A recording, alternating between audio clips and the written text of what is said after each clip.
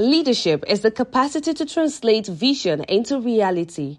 And for Alhaji Tijjani Borrodo, taking the Chartered Institute of Directors to a higher level has been the vision which he has done in the last 2 years of his leadership as the president and the chairman of Governing Council Chartered Institute of Directors Nigeria. As he concludes his tenure, this is a biennial lecture in honor of Alhaji Tijjani Borrodo, themed Building Digital Resilience, Governance, Risk and Compliance. This is a culmination of my 2-year tenure. And in the last 2 years, we have moved the Institute of Directors to Chartered Institute of Directors. To me, that's why I call it an amazing event. Part of the core of my leadership is listening. I'm a very, very good listener. I never discount any idea. I never say any idea is stupid. But I know what I want, and I have an idea in terms of where I'm driving to.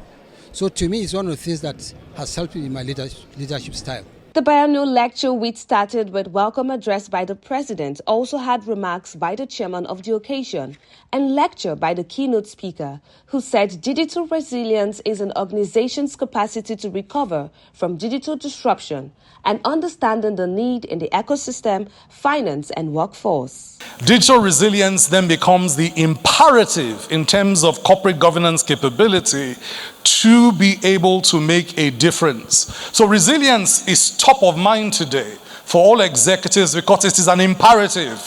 I must be able to respond. I must be able to recover.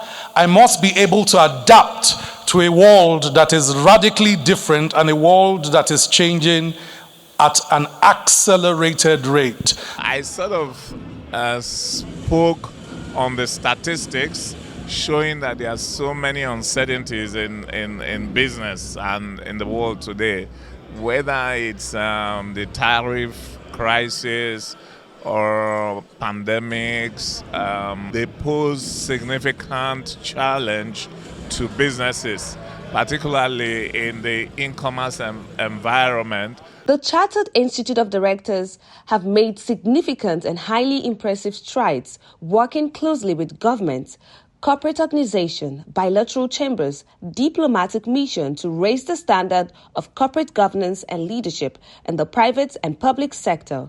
And for Alhaji Tijjani Borrodo, being a good listener and a team player is crucial. I think his leadership has been very exemplary. His leadership has been very inspiring. He's a great team player. He carries everybody along. And he has led